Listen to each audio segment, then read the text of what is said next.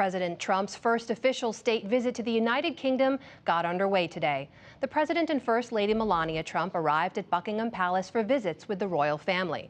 Mr. Trump later stopped at Westminster Abbey for a wreath-laying ceremony at the tomb of the unknown British warrior. But the President was also met by thousands of protesters. We'll have the latest from London after the news summary. Mexican officials say President Trump's tariff threat on their country would hurt efforts to curb illegal immigration. They're in Washington this week for talks with the Trump administration.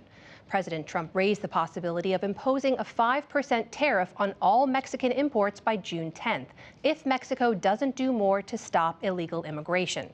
At the Mexican embassy in Washington, Mexico's foreign minister insisted that would do more harm than good.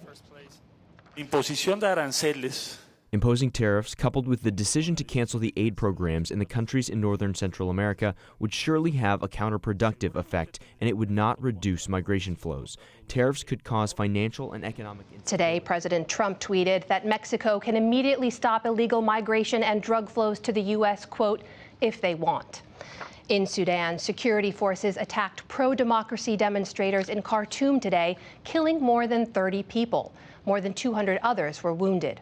The protesters have been calling for an end to the country's military rule since April. The United Nations human rights chief demanded the forces immediately halt their attacks. We'll take a closer look at those clashes later in the program. Back in this country, meanwhile, U.S. health officials warned the measles outbreak has grown.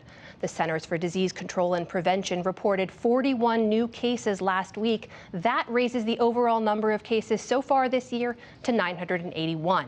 Most of the patients have been children. 26 states have reported cases of the highly contagious disease. It is now the worst measles outbreak since 1992.